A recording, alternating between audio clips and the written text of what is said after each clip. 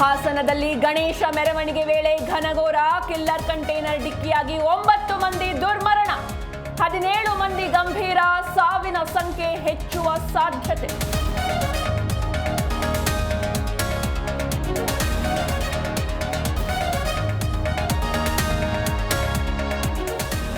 ಹಾಸನ ಜಿಲ್ಲಾಸ್ಪತ್ರೆಯಲ್ಲಿ ಮುಗಿಲು ಮುಟ್ಟಿದ ಕ್ರಂದನ, ಮಕ್ಕಳ ಮೃತದೇಹ ಕಂಡು ಕುಟುಂಬಸ್ಥರ ಕಣ್ಣೀರು. ಜಿಲ್ಲಾಸ್ಪತ್ರೆಗೆ ರೇವಣ್ಣ ಹಾಗೂ ಸೂರಜ್ ಭೇಟಿ.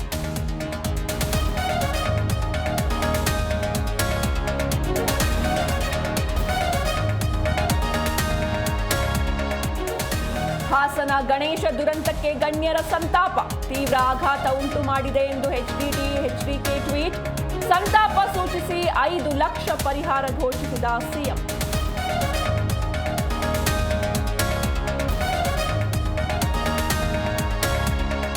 ಟೂ ವೀಲರ್ ತಪ್ಪಿಸಲು ಹೋಗಿ ಡೆಡ್ಲಿ ಆಕ್ಸಿಡೆಂಟ್, ಡಿಜೆ ಸದ್ದಿಗೆ ಕುಣಿತಾ ಇದ್ದ ಯುವಕರ ಮೇಲೆ ನುಗ್ಗಿದ ಕಂಟೈನರ್, ಎದೆ ಜಲ್ಲನಿಸುತ್ತೆ ಅಪಘಾತದ ದೃಶ್ಯ.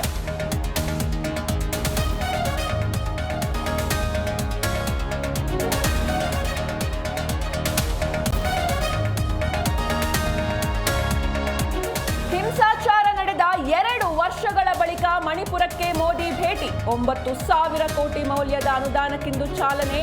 ವೋಟ್ ಚೋರಿ ದೊಡ್ಡ ವಿಷಯ ಎಂದು ರಾಹುಲ್ ಕೌಂಟರ್.